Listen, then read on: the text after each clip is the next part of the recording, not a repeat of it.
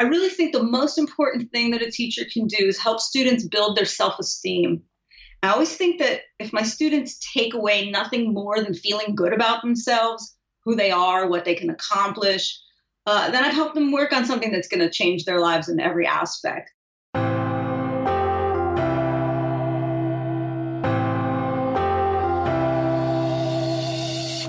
Welcome to the Creative Piano Teaching Podcast, the place where teachers from around the world meet to share innovative ideas about music education. Listen and learn as we help you motivate your students, grow your income, expand your studio, and become a more creative piano teacher. Welcome to episode 89 of the Creative Piano Teaching Podcast, and thanks so much for listening again. My name is Tim Topham, and I'm the teacher behind the Creative Piano Teaching Podcast, the piano teaching blog at timtopham.com, and the InnerCircle Community.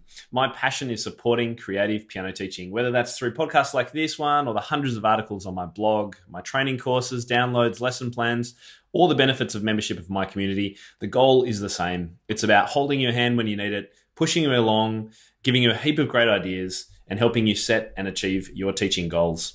Today's show notes and a full transcript, as usual, are available at timtopham.com/episode 89.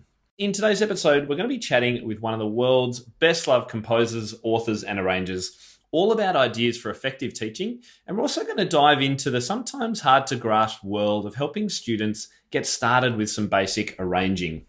My guest today has composed, authored, and arranged over 300 published titles for piano students. An experienced piano teacher herself, she's presented numerous piano teaching workshops throughout the United States, Canada, England, New Zealand, and Australia.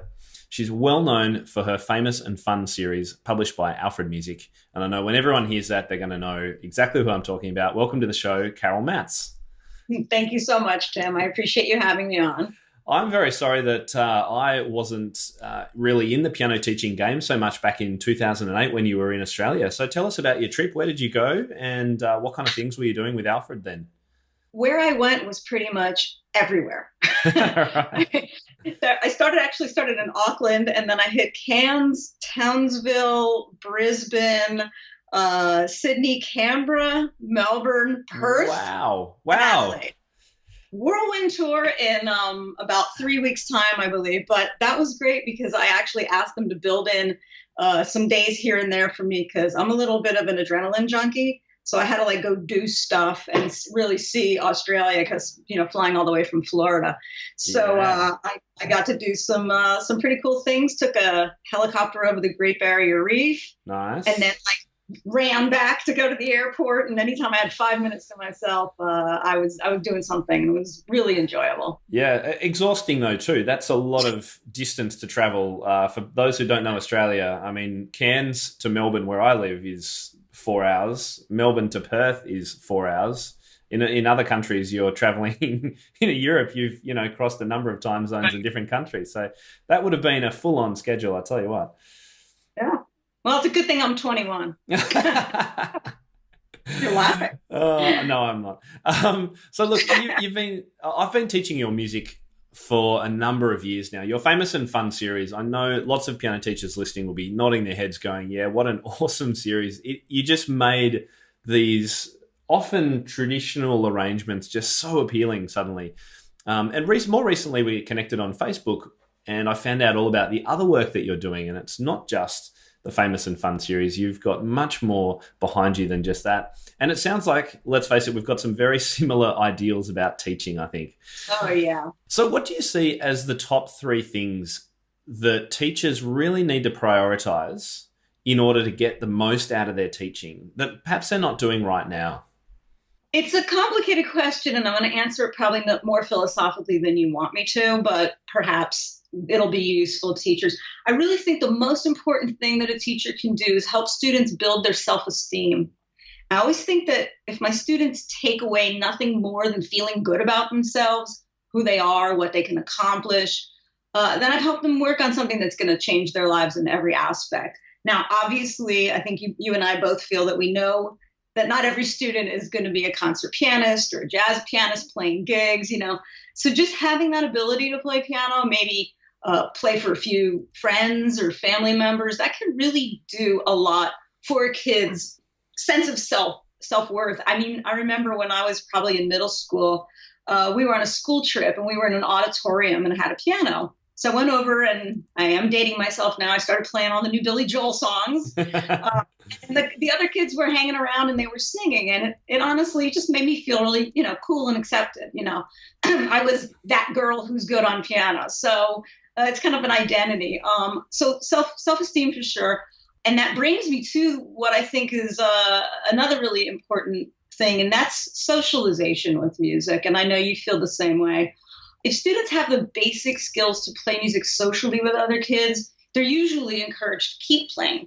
And that's one reason why I think it's important to teach chords and playing from lead sheets and playing chord charts, so students can join a band or they can accompany singers in a school talent show, things like that. I played guitar in high school. I played bass. And it was really easy for me to just, go and, grab my guitar and play along. And, I knew how to read music, but all I needed to do was learn chords like any other guitar student is taught nowadays. So I think that that's important to keep an eye on those skills that allow students to bring what they learn in their piano lessons to social situations. Third, it's pretty obvious that I'm interested in making lessons fun, famous and fun, but especially through the use of technology. I think it's super important to keep them motivated to really stay with it. All kids that you're teaching right now are what they call, there are different names, but Generation Z. And they expect technology. They're not like wowed by it like I think that some of us are, that's new to us. They do it in school. And so that's, I think, a very important element to keep them engaged. Yeah, technology is it's not a wow thing for them at all. And we do have to keep that in mind.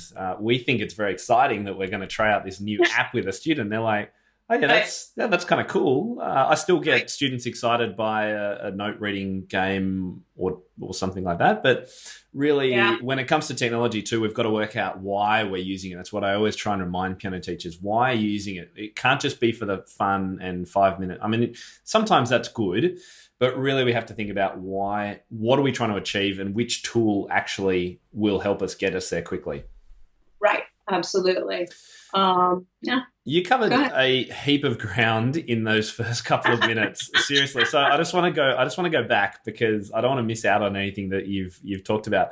So you first talked about identity, and I'm big on this one as well. And that spot that students get to, or that we hope that they get to, particularly in their early to mid-teens, where they start calling themselves a musician and thinking of themselves is like, I'm a pianist, I can play it. And all my friends know that Tim's the piano guy, like you said. That is such an important hurdle to get over. And I guess it's kind of moving up a hill, and you kind of, once you're over that hill and a student identifies as a musician, then we've gone a huge distance to helping them play for the rest of their life, in my opinion. The question is, though, how do we help our students get that identity? Have you got any tips on that or thoughts? Well, yeah. I mean, first of all, even a kid who is really only going to play a song for their parent, you would be surprised, even just parent approval, playing at a recital. All right, I'm going to tell you a dirty secret. I go on YouTube and I put my name in, but it's not for the ego trip. It's really, I sit there and I get teary-eyed. I choke up because I really do want to see all the kids who are using my stuff in, some random church in Iowa or whatnot. And, because it's easy for writers to work in a vacuum and, you only know your own students. But then I've seen where, the kid turns around and they're beaming at their dad, shooting the video of them. And that right in and of itself matters a lot, especially to kids who have certain issues, shyness or whatever it might be. That in and of itself is really important right there. Beyond that, as far as identifying as a pianist, I really do think that it is the ability to play socially, because being a musician can be a very isolating thing, the way being a writer is. You're in a little bubble and you're practicing, and who hears you? Your teacher, maybe your parents. So if kids can make that a thing, that when they're in their social settings, they can use those tools. they can be that kid who's good on piano. And like I said, my nephew took piano lessons from me for a while. We had a little bit of we were living at a greater distance and I couldn't teach him. And the other day he says, not the other day, the other week he says to me, oh, I really want to learn how to play guitar. Can I go get an electric guitar? So that was great. I went with my sister's money and got him this really great electric guitar, showed him how to crank up the distortion and showed him how to play bar chords. And all of a sudden, he's got this sense about himself because he can have friends over and they can jam. It's harder to do that on the piano because piano students are often the emphasis is so much on teaching how to read. I don't know any student. I used to teach guitar as well.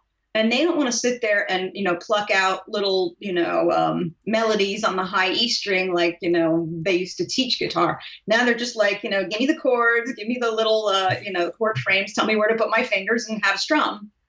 If it were that easy with piano, it'd be great. But guess what? It kind of can be. Yeah, totally. I'm not advocating, throwing out the window the idea of teaching students how to read. I think that's extremely important, but I'm saying as a supplementary philosophy, that's really important to work in all this stuff that you always talk about that I've done, for teaching for how many ever years.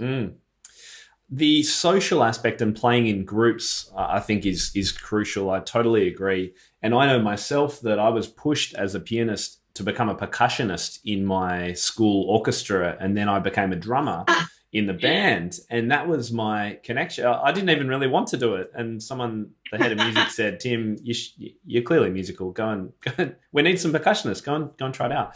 And I love it. And I've now encouraged any of my students to either play another instrument and an instrument that's a solo in a band, or to go and sing in a choir or do something that involves music in groups. I think you've hit the nail on the head. So important for that identity. Right. And it doesn't mean that we have to suddenly start teaching groups either. We're not talking about the lessons having to be social, although that's great. I think we're talking about just the opportunity for students to either play with other instruments and having the chord background can really help there, or to be encouraged to play at school assemblies and things like that. And then that's how, Carol, she's the girl that's always playing at assembly. She's a pianist. Yeah. Exactly. Look, many teachers have loved the Famous and Fun series. How did you first get into the arranging side of things? Well, actually, I studied composition, arranging, and orchestration at the University of Miami, and they've got this world-class concert jazz band, like a big band. And I was able to compose some really advanced level stuff for them, which was really great to hone my arranging skills. And I also got to write for the university orchestra. And it turns out that there are a lot of concepts and approaches that you can use in writing, high level material, ensemble stuff that can be incorporated into writing for piano students. And I remember because, I'm not a huge jazz person, even though that was my concentration, because I'm a theory geek. I wanted to get into all of the jazz theory and really understand, the guts. And for me, I said to my professor, I'm like, well, so I'm going to write for big band. I mean, so Johnny Carson already had Doc Severance, and what am I going to do? And he said, all of the principles that you're going to learn, you're going to be able to apply across the board to writing for whatever you want to write for. And he's absolutely true. And I learned a lot of things that I have applied to teaching arranging, to creating my own arrangements as well. I'd be happy to share a couple with you. You're up for playing something? Is that what you mean? Oh, no, I'm good. I got my piano too far away from that. Just to even discuss a couple things. Yeah, absolutely. Well, I want to move on to the whole arranging thing because sure. We both know Forrest Kinney and his work of trying to get the chordal aspect and the arranging aspect happening, but it really is, it's a big leap for teachers. Even teaching chords and lead sheets is a bit of a leap, but then saying, okay, we've got a piece, let's help a student arrange it. It's like, where do we even start? So I would love to have a discussion on that to help teachers. Yeah. Well, first of all, and I'm going to riff a little bit on what your doctrine is too, because I share the same philosophy. To backtrack a little bit, I'm really big on teaching chords to students at early levels. And I've put an emphasis on learning scales and chords actually in my interactive piano method, because I know how chords changed me completely as a musician. It laid an amazing foundation for me to be able to play pop and jazz, from lead sheets to transpose, to compose and arrange. And students who have a very developed knowledge of chords can really feel the landscape or the topography of the keyboard fluently. And that's essential to all of those things, including arranging. When I was 11 years old, actually, I was taking classical lessons. I was doing the whole nine yards, but I was obsessed with the Beatles. I'm still obsessed with the Beatles. But I wanted to play pop and rock, and my teacher wanted me to play Kabalevsky, which to this day I'm boycotting. So my mom, I told my mom I wanted to quit piano. She was totally upset because she's an amazing classical pianist. So she said, just keep playing the piano. And this was a big lesson for me. She said, you could take a break and go back to it later. And then I played piano even more. I got a big Beatles fake book, and I started out how to play some of the songs from the chord symbols by matching the chord symbols up with the written part. And I learned a lot about chord structure from doing this. I never forget this. I remember having that light bulb moment when I realized what a minor 7 chord was when I was learning Penny Lane. It's like F minor 7. Oh, this is an F. This is an F minor. Add the E flat. So that kind of came together. So I think that to teach students chords and arranging, keep it simple. You don't have to get into a ton of theory. You don't have to talk about major triads made up of 2 superimposed thirds. I mean, forget that. Let them deal with that in university. But well, it's counterproductive, isn't it, to go too deep into the theory? Yeah. As much as I love to talk about it, and like I know that you and I are probably going to, talk again, so we can sit there and talk about theory, and no one else lets me. But I would usually start around the late elementary level and teach all the white key major and minor triads. Now I don't bother with the staff. Instead, I place an emphasis on really like the chord shapes. So like when I teach, I don't know if you do this, when I teach white key majors, I'll show the different groupings. So if, for example, of course, the C, F, and G major chords are all white keys. So they keep in one category, C, F, G. Then D, E, and A all have one black key in the middle, and that kind of forms a triangle shape. Mm-hmm. And then I always tell the kids B is the oddball, so deal with it. But what's cool about the grouping of shapes is that they stay, obviously, in minor, but in reverse. So now you still have C, F, G, but now C minor, F minor, G minor are the little triangle shapes with the one black key in the middle and so forth. I think it's really important, whether it's learning to arrange, improvise, compose, anything, that you get students to be able to envision things on the keyboard. And teaching almost by this shape really helps students think on the piano and not so much on the staff, because that eliminates the intimidation factor of so much staff reading. I remember being in university theory class, and I could just picture a keyboard in my head. And if the professor said, okay, now what's in a whatever chord, I would just picture the keyboard in my mind and rattle it off. Meanwhile, trombone players are like moving their arms in and out, Poor trombone players. So that's not a very visual thing. So we're very lucky that we play piano, and that's why they make everyone who goes to get a degree study piano. And you can really just see it all laid out. So that's what I encourage teachers to do. Keep it simple. Teach by shape, a little bit by, envisioning on the piano. And just on that. Unless you interrupt, so please do. Learning shapes, I find, is students will find that interesting for about a minute. And then unless we put that into a context, it's very boring, right, and they won't actually practice it. So how do you get students to actually practice being able to move between those shapes? Right. Okay, so one of the things that I do that I think is kind of useful, I use my own shorthand for inversions. Now, to backtrack a little bit, I do get them playing simple 1-4-5 songs immediately. And do you get them playing along to a YouTube, or have you got a backing track, or just put a beat on? What do you do? When I was doing a lot of chord-based teaching, right, I've spent a lot of time recently, piloting my own method, so it's been more heavy on that stuff. But I didn't I didn't draw a lot of technology into that. I wanted them to feel like they were not needing so much support. It was more like, here's 145. Now, here are all the songs you can play. And then do something that I know that you do, and that's play the chords in the right hand with a single note, or if they can reach an octave in the left hand with different rhythms. And this is kind of like a comping 101. Yeah, it is. Exactly. Yeah. Yeah. And when they have that basic skill, then they can, start to, take that further. What I was getting to was what I do with my little shorthand for inversions. And what's cool about that is I have this trick. And if you want to, I teach students what an inversion is, obviously, on the piano, not on staff. And then what I'll do is I'll use like a little superscript number 1 for first inversion. So it'll be like C1 up top, and that means C first inversion. G2 will have a little superscript 2, and so forth. So what they do, in order to not have that sound where they're just playing all these parallel chords, up and down, jumping around the keyboard, this gets them to be able to play and feel the common chord progressions with some good voicings instead of, doing the jump around. So if you can picture F first inversion, C second inversion, G root, right? So there's like, just a basic, way that you can get the kids. And then they go, oh, that sounds pretty good. Then I'll write out kind of what I would. Right. Sounds like a pop song already, right? That's like Fatboy Slim, Praise You, right? Yeah.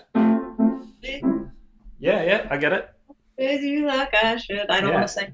But yeah, so, and then what I'll write out, and I just pulled that out of my hat, but what I'll do is kind of like write out, since they can read rhythms, I'll write out kind of like what I would do with guitar students, like a strum or a comping rhythm. So like 1, 2, and 3, 4, and then they'll play the F for the 2 beats, and then the C for the 2 beats, and then, the G, the C for the 2 beats, and then G. So I'll do that like a chord chart and start with that. And then you wouldn't believe they're like very excited because, well, you would, because now, I sound like I'm a pianist. They're moving forward. And yeah, there's a certain degree of memorization. Truthfully, I'm a combination of I'm like a very strict fun teacher, It's kind of like, do what you have to do and I'll be really fun. But so I'll get them to actually play. They do the groupings, and then I'll actually have them play with one finger in the left hand, like together, right, left, together, right, left. So they'll do the C, and they go to D, and they go to E, and they do all the chords with that rhythm up and back. And then I'll have them do minors, and then I'll just like throw it out, like, okay, play a D, play an F, play an A, and so it's kind of like I always say to the kids, this isn't rocket science. You memorize a bunch of dates in school, what year was this battle fought? Here, learn what this shape is, and you will open up a whole world to yourself. Yeah, so the two kind of ways of practicing then is either moving up in a chord shape chromatically or through the white notes, but adding some kind of rhythmic context to make it more interesting. Exactly. Or giving them a small progression, right, like that one that we just did, that actually sounds musical, but they're still practicing the chords and the inversions. Right. And let's say that, you could even, as the same chord progressions are regurgitated over and over in pop music. So if they learn 1, 5, minor 6, 4, then they can play Let It Go from Frozen. They can play Adele, Someone Like You. They can play Katy Perry, Hot and Cold. So, give them that one and then go, and then I'll sing along and embarrass them. And then I'll be like, you can sing along in the privacy of your home. But then they feel like you talked about, being a musician. Yep. And I love getting students to sing. It makes them so uncomfortable sometimes. But, if you take the lead and you sing, and I'm not the world's best singer, I can sing in tune, that's about it, they get the idea, and you can start drawing it out of them. And the more pianists play the accompaniment while they sing, the more fun they have with pop music. Trying to play the pop rhythms of the melody is always difficult. And so I'm trying to encourage teachers to do it less, unless the song is quite easy. Actually, there was one of my students brought in it was an 80s tune. It was like Tears for Fears or something like that. And I've put it aside because it actually has a rhythm in the melody. I don't know if it was that one, but it has a melodic rhythm that is actually 100% playable. It only uses quavers and crotchets, so quarter and eighth notes, which is unheard of, and it sounds cool. So I'm going to look that one up and share it with people. Oh, that's cool. Excellent. So you really did ask me about arrangements, and I digressed a little bit, and so I think it was great though. The first step for you is that you're starting late in elementary. So how many years or months would you start this with students? Well, it really depends on the kid, and it also depends on whether they're the kind of kid. Like I said, I do a lot of traditional teaching. And I feel out the kid, in terms of like, well, what do you really want to do? And if they say, oh, I want to play pop, and then I'll give them some of my big note stuff or whatever. And if that's not satisfying, then it's kind of like, oh, well, I want to learn this Coldplay song or whatever. So I can kind of like, write out a little riff for them and then have them, do the comping or something like that. So it to me, like I say, when I say late elementary, I'm not really quite sure what the leveling is, internationally. I know everybody's got their own different, parameters, but I would say, they know how to use connected pedal, pedal changes. They can read, like you say, up to the dotted quarter and eighths. Sorry, dotted quaver. That's okay. Quavers. It's like doing math in my head. I'm sorry. And once you can kind of like get them to that point, then it's, it depends on how many years, like you say, how many years. I mean, I've started off kids where they like, I don't want to read. I just want to do this. And then I'll use that as a tool to kind of get them to have a feeling of the piano and not be afraid of it. And then we'll kind of work in reading as well. Yeah. I certainly never push kids.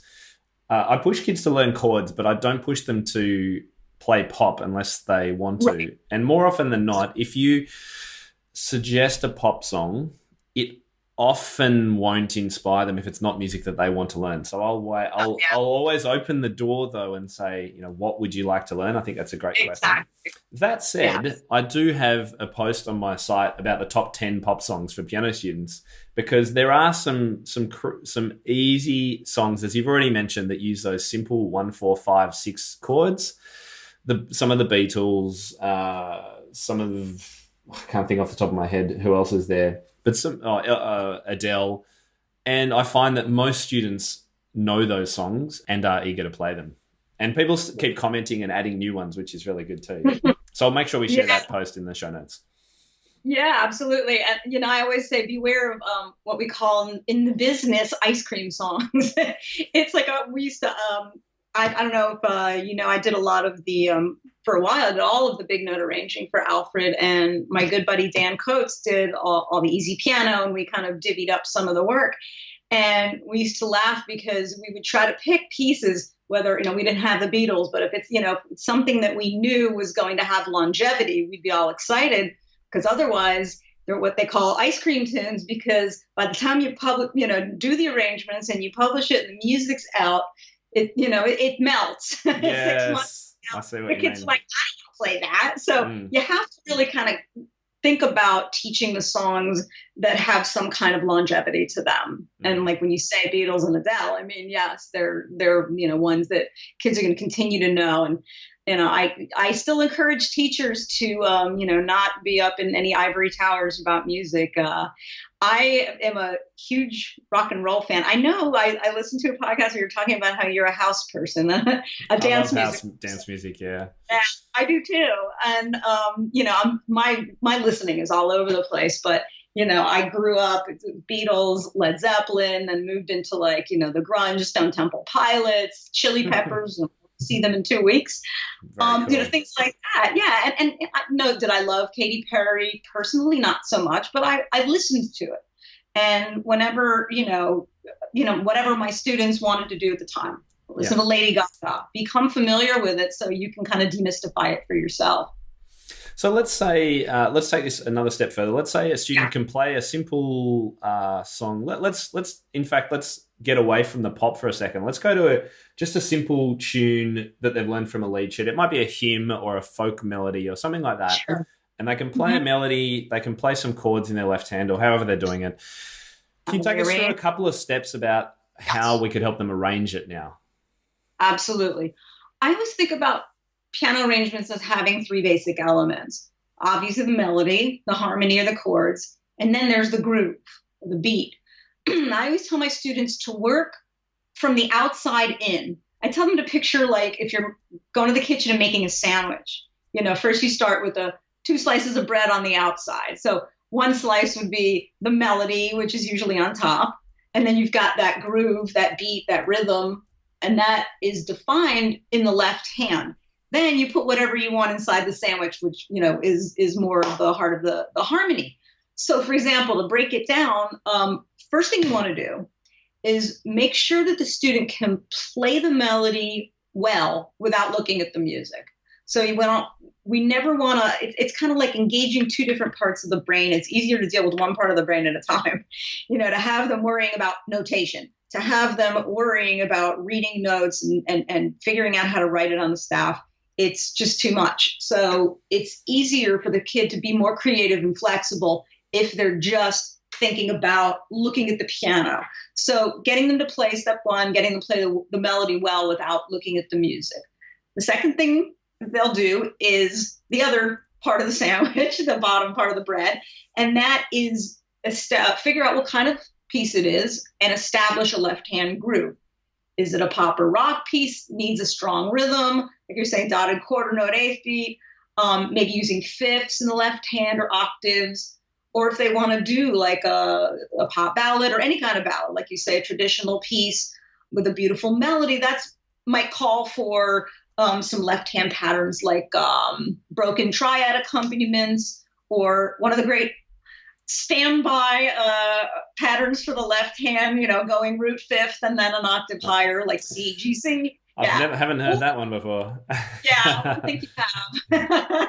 Made a living off CGC, yeah. And then even for doing ballads, it's even cool to go the 1, the 5, and then put the 3 on top. So nice. It's like actually 10th higher. So even though students can't reach it, I certainly can. I have small hands, but pressing the pedal and being able to do that arpeggiation, that's a great. Or going 1, 5, 1, 2, 3, like 1, 5, 8, 9, 10, that's like that old, great. But once students can do that and they can do it with the pedal, they can really do all kinds of things. So the bottom line is you want the student to pick a type of accompaniment that conveys the piece's overall feel. So they can use harmonic intervals. They can use broken intervals, broken triads, waltz pattern, stride, boogie woogie, some other form of ostinato. And I know you have a really fantastic resource that teachers can use on those left-hand patterns. So now they've got the bread.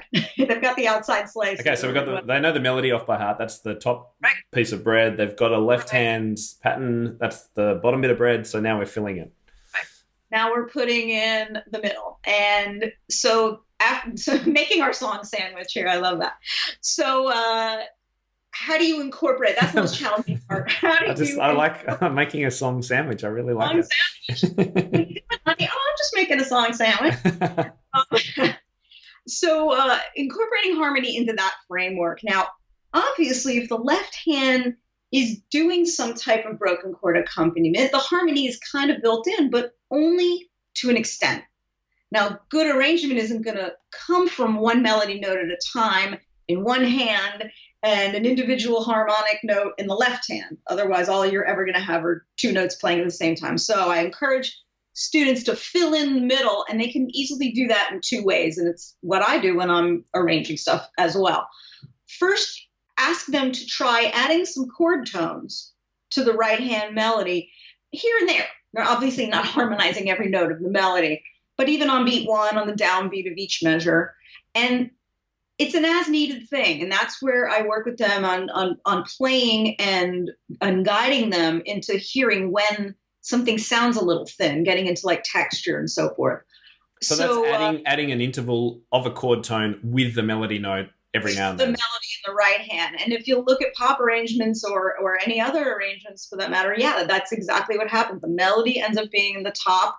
You know, it's in your pinky if you're playing like a sixth or something like that. So they're adding in filling notes, and their knowledge of chords will help.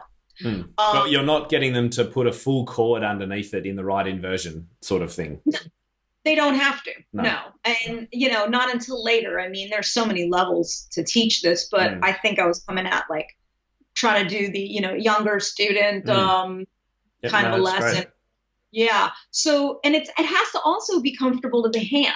So you've probably noticed, I mean, man, there's so much piano music out there. Surprise. Piano teachers don't arrange pop music all the time. You know, thankfully, Dan Klutz and I both done a lot of teaching and know what kids can play. But a lot of the straight transcriptions are not done by pianists or piano teachers. It's really just, you know, they're trying to shove all the notes in there and make it all sound, you know, like what it's supposed to be. Which sounds great in Sibelius. Yes. When you press play, but that's about it. Yeah. No. So it has to be pianistic. So what, you know, if a kid has, you know, we're talking about even if it's, you know, a 10-year-old and you're looking at, you know, their hand size and they're only really going up to a sixth. So then you're going to encourage them. Oh, what note would go under there? Would that be, oh, here's a C in my left hand. The melody note is an E. Well, okay, that sounds nice. Well, what about filling out that chord a little? In the right hand thumb, play a G. So now you've got a sixth in the right hand and so forth. And how to make, you know, thirds and sixths and fourths. And I just start with intervals instead of like entire chunks. And they don't have to understand what inversion they're playing necessarily. I like that, because that is a huge, complex factor for students to understand. Yeah. Yes. When I was talking earlier about getting into, you know, learning inversions and being able to feel inversions, that's more like, you know, thinking about chord chart reading where it's important. But as far as arranging, you know, it really is a matter of thinking about things like that, like texture and filling in things. Where does this need, you know, and then to not get stuck in only having this repeating left hand pattern that's going to just go on ad nauseum. You know, you want to kind of have them mix it up. Instead of, you know, once in a while do some blocked chords or intervals in the left hand, get some variation going with their left hand pattern. And a really important thing, this is probably the greatest arranging tip I could tell anyone, whether it's a student or an adult, that I've just realized I do natively. Put the melody in the left hand. You know, and that's one of those things that I was going to talk about, like, you know, that I learned from large ensemble writing. You know, if you're writing for a big band, it's like that trumpet player is not going to have any lips tomorrow if all he does is play, you know, the high melody. The melody. Yeah, the high notes the entire time. So when you're orchestrating, you're constantly thinking about where to pass the melody, have it go from, you know, from the violins to the cellos, from the trumpets to the trombones, etc. So the same thing with piano, you've got two hands, and it's a really great thing. And also with the pieces in the interactive method, I've really made a concerted effort to write things so that left hand melodies are featured. Anyone who's arranging, it breaks up the monotony and really it just kind of like break things wide open. So all of a sudden the left hand is not providing that pulse. So maybe now the right hand has to provide that pulse. Well, what's it going to do? Is it just going to, you know, do some fifths up top? Is it going to do like little broken chord kind of accompaniment? One other thing that I think also is a huge thing to talk about in general with arranging, and I think kids catch on to this pretty quickly, and that is static versus dynamic, which means motion versus not motion, no motion. So if you've got this busy melody, a lot of eighth notes in it or so forth, you don't want a busy accompaniment. You want to balance that out. If the melody is kind of slow and it's just a couple notes per measure, that's when you want to add more activity into the left-hand part. So it's always kind of this little conversation, this little balancing act between the hands. And, you know, to be honest, that is really where I find myself helping students most in the lesson. Wow. Okay. That was such a great overview. No, I totally love it. So we've got the sandwich analogy. We're going to make a song sandwich. I really like this. So melody first, picking your left hand. And we should reiterate, or we should state that, of course, when you're arranging, one of the fun parts of arranging is that you can change the feeling of a piece. Right. So a pop song but could become a classical Mozart arrangement, or a Mozart-y hymn or something like that could become a dance tune. And that's the fun of it. With an Alberti bass, right? Exactly, yeah. And that puts a smile on people's face. So choosing the left hand is important, but you don't have to stick to what the style of the piece is. We can always change that. And getting students to explore different ones. Perhaps the teacher could play the right-hand melody while the student explores a couple of really different patterns. Yes. An Alberti versus a boogie versus the pop root 5 octave. See which one they like. So that were kind of the first steps. And then in the filling in, your suggestion was just to add some simple chord tones depending on the texture, and encourage students to listen for when that would be good without worrying about which inversion am I in, how many chord notes can I fit under this melody note, and that sort of thing, which I really like. So it's keeping it nice and simple. And then you were talking, the last couple of steps or ideas was that you don't have to keep the melody in the right hand. So flick it over to the left hand. And then the student has the challenge of, well, what do I do with my right hand? And I haven't created a right hand pattern sheet because that can be something that you can do. I might. I'll go straight for you. And then that last step, which is so important, is balancing. So balancing both the activity between the right and left hand, and also making sure the left hand doesn't just repeat. I certainly, I love giving students left-hand patterns, but as soon as they get this one,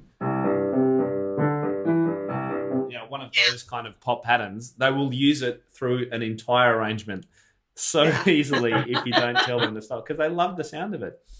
Yeah. So helping them balance and listen as they're going, I think, fantastic. What a great summary.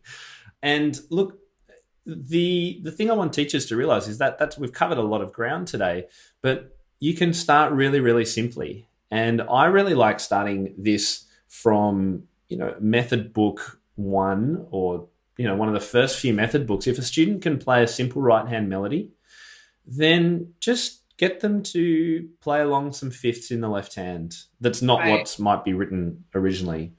Or to explore a bit of a left-hand pattern, depending on their level. You don't have to make this complex, and you can get started pretty early on, I think. Absolutely. And that is an important, when you said fifths, I started really nodding because, little hands, that is tough to sometimes get those triads moving if they're real beginners. And fifths are, so much music. You can just kind of put a fifth left hand to it. And then they can play a sixth by raising their thumb or lowering their pinky. So you can kind of get a little bit more harmony, the outer shell of a chord like that. Very important. Well, you've mentioned a couple of times your interactive piano method. Tell us a little bit more about this. What compelled you to write your own method when there are so many out there already? Are you crazy or what? I absolutely am crazy. Well, this has really been something I've dreamed about doing for a while. And one thing that drove me is because I fear how behind the curve so much of the piano world is. Like we talked about, kids aren't satisfied with, if you hand them a printed theory book to write in, do it with a pencil, when the rest of their lives are interactive. Technology's made everything so much more engaging. And, like we said, this generation of kids expects that type of engagement. Now, while there have been a ton of apps hitting the market, many of them are best suited to use as a supplement to whatever method book the teacher might be using. So up until now, when I've written the interactive method, there hasn't been a fully integrated method that uses technology at its core. So the interactive method has basically, it's all the materials carefully correspond unit by unit to the main lesson book, so that you can have it as a professionally printed book, or a PDF download, which is nice for you who do not live in the United States. Thank you very much. Yes, very helpful. Welcome. I actually did think about designing it for my Kiwi and Aussie friends and British friends. I really did. because I was thinking, everything is a little too US centric sometimes, and I think that it will translate to students everywhere. So as teachers become increasingly comfortable with putting a PDF on their tablet, like an iPad or any Android tablet, they can go ahead and use different apps to write on the PDF and use that as their main quote book. So it's not a stack of books because they have their main lesson book. Then they go online to do activities that correspond with what they just learned. So can you give us some examples? Yeah. There are like theory games, virtual flashcards, ear training, note spelling, and it's all accessed online. The materials are web-based, so it's not an app that you have to decipher. And so it works on any device. Any device, so that you can do it on any computer or tablet. The only thing that's needed to do that element is that they need to have internet access. And what's really cool and makes it interactive is that the website gives the students immediate feedback. It tells them when they've got something right, they can see when they got it wrong, and they can we talked about how to engage students. It can be reset. Each activity can be reset so the student can actually do it over and over and try to beat their high score like a video game. So instead of having kids sit right in their living room, messing around with a video game, they can sit there with their tablet on the sofa and work on ear training, for example. And then there are all kinds of PDF downloads, performance pieces, sight reading activities, 2 tracks of technique, which emphasize learning scales, chords, and arpeggios a little earlier than some standard methods. And then, of course, there's MP3 tracks that also come as practice tracks, so the students can download that to their phone or whatever and play along at home with the teacher duet part. So that to me is, that was really the compelling thing. I think that our industry has kind of been dragging its feet, and then a glut of apps kind of emerged. And then, again, of course, you have to learn every single app, and then they only want to use it in the lesson. So then, it's only available on an iPad. Not all my students have iPads. So anybody who has internet access can use this. So that's kind of really what drove me. And also, like when you talk about like folk tunes or familiar pieces or whatever, another thing that makes the interactive method stand out is that I've included lots of arrangements of familiar pieces, even at the early levels, within a method, meaning there were great constraints on what could be done, but I had a lot of time. Yeah. So, and again, I've got those left-hand melodies to improve bass staff reading. When you're talking about left-hand melodies, not just good for arrangements, but kids are not as good at bass clef reading as they are treble clef, obviously. And that is because all the melodies are in the hands. Yeah. So they're just reading and playing more right-hand notes. So it's kind of, I want to have something very all-in-one, integrated, comprehensive, listening and memorization activities built into different pieces, emphasis on moving around the keyboard, not getting locked into a position, using the pedal, intervallic reading, physical movement, lots of cool stuff. So it was kind of like I'm a piano teacher, and what would be my dream? What would I want in all of this? And then I got to just write it. So wow. And you're self-published, haven't you? Yeah, this is the whole interactive method it's actually all me.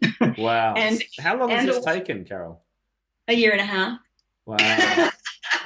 I've been writing very fast. It's me and I should say me and a web developer. Thankfully, a friend of mine is a fantastic web developer, and she's custom coded the entire interactive site. So I've done everything from, writing and arranging and putting, doing all the art direction, doing all the recordings. And, I'm doing this full time, working long days. Yeah. Well, look, I know, how much time and effort I put into a course for my members. And that's, maybe a 10-week plan, let alone a whole, this is a whole other level. So I can only imagine how much time you spent on it. And look, the things I look for when it comes to methods is, one, the music's got to be appealing for students. to the technique and the introduction of technique and movements of hands, slurs, all that kind of stuff has got to be there, and it's got to be done in a way that students can relate to and remember. Yes. So I think that's crucial. That there's backing tracks and there's also accompaniments for teachers to play along. Do you include some of those as well? Or is it mainly MP3s with backings? They're MP3 tracks. They're piano recordings, so it's not a bunch of MIDI orchestrations. Then I would really have no life. So it's one of those things where I'm doing what I can do to get out all of the main stuff, and I have already like 3 years worth of writing scheduled. And I'm actually working on Christmas books right now. It's like I said, you're in the music publishing world when Easter or Cinco de Mayo are the days where you're arranging Christmas pieces. Yeah. So it's going to expand. Right now it's levels 1A, 1B, 2A, 2B. And then in levels 3 and 4, you'll be very happy to know I'm going to get level 3 out probably November. Takes me about 3 months to get a level out. And I'm going to start including integrated into the method playing from lead sheets and chord charts. Awesome. So that is actually going to be an element so that it is integrated easily for the teacher. This is just one of those things. I know teachers are always scrambling around stack of books and, oh, wait, okay, now let me grab this chord sheet or this, scale thing. And this is a time saver for sure, because this way you have one book and you've got your tablet or whatever, and you've got all of your materials in one spot. I love it. I just got to show you one of my favorite books. Are you familiar with this one? I don't know what that word is. So this is the 101 classical hits for buskers. Are you familiar with the 101 series? There's 50 books in this series. It is brilliant. So it's lead sheets there's Largo from the New World Symphony. With chord charts and symbols above it. This just a classic resource, which was recommended to me by my good friend Paul. And I love this with students. It's one of those things that if a student knows the concept of playing from a lead sheet, then they can turn Largo from the New World into a tango. And it's great fun. So I love that you've included this into a method. Because I remember that Piano Adventures, I think around book 3 maybe, they had one piece which had a lead sheet, chords above, and I thought, wow, this is so cool. They've added this in, and then it's not touched on again. I could not find another mention of it, so I thought, and I don't really understand why. It is such a crucial aspect of learning piano, in my opinion. So it's great that we're including that. Yeah. Excellent. Brilliant. All right. So look, your website is Matz, Matz, piano.com, and very well timed. I don't know if you planned this, but I got an email this morning from you with a free version of Vivaldi's Four Seasons, I think it was. Yeah. I thought, that was very clever of you. But actually, this is part of what you offer teachers for free every month, a free arrangement. Is that right? Yeah, absolutely. It's Carol Matz at carolmatzpiano.com/free. And again, I just want to say the spelling one more time because it makes me long for Australia because I get to say Z. Oh, Z, yeah. Instead of C, yeah. So CarolMatz piano.com/free. And then once you enter your name and your email address, you'll get access to all my free monthly pieces. And that includes originals, arrangements, duets even, like equal part primo secondo duets. And there's also a lot of really cool teaching resources. Like I did a packet on teaching ragtime. And there are syncopation exercises. How do you really break it down and teach syncopation easily? And then I put in a Joplin arrangement as well.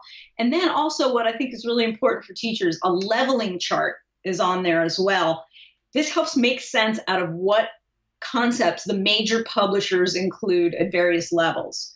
So this is kind of like a way to decipher what on, Earth early intermediate means, or, what are they thinking of it as meaning? And it breaks it down by concept. And that's a nice tool to have. So once you sign up, you'll get a code, and that's going to let you access the archives. So you can actually go on there and get all my freebies for the past couple of years. If you've missed any, you can just go on and click, and download all the PDFs and have them.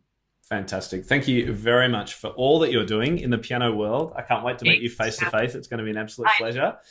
So Carol Matz, piano.com. So you would say M-A-T-Z, would you? Yeah, that's the American. M-A-T-Z, Carol Matz. We're different with everything.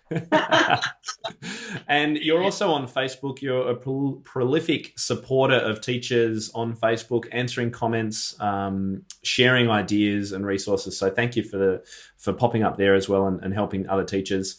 Anything just to wrap up, or have we pretty much covered everything that we need to? I don't think that we've done United States capitals or... Okay, we're definitely signing off. Multiplication table.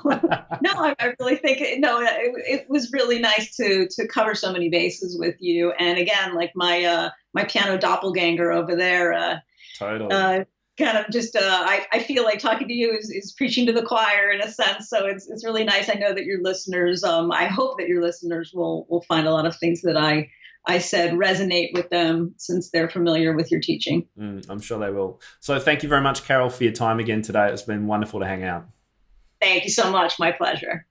So don't forget to grab the show notes, links to everything we've talked about. That's at timtopham.com/episode 89.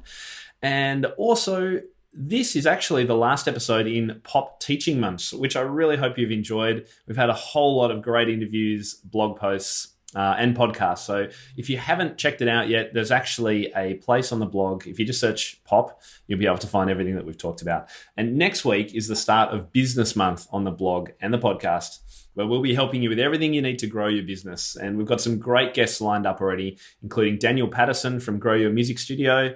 We're doing a coaching call with one of my members where I coach them to help answer some of their business questions. And we'll be exploring group teaching, heaps of stuff. I know it's going to be great way to support and grow your own businesses. So I look forward to seeing you next month. Catch you later. Ladies and gentlemen, that will conclude this evening's entertainment. Oh, thank you. Thanks for listening to the Creative Piano Teaching Podcast. We'd love to help take your teaching to the next level as a member of our supportive community. Use the coupon Piano Podcast for $100 off an annual membership of Tim's InnerCircle today. To find out more, head to timtopham.com/community.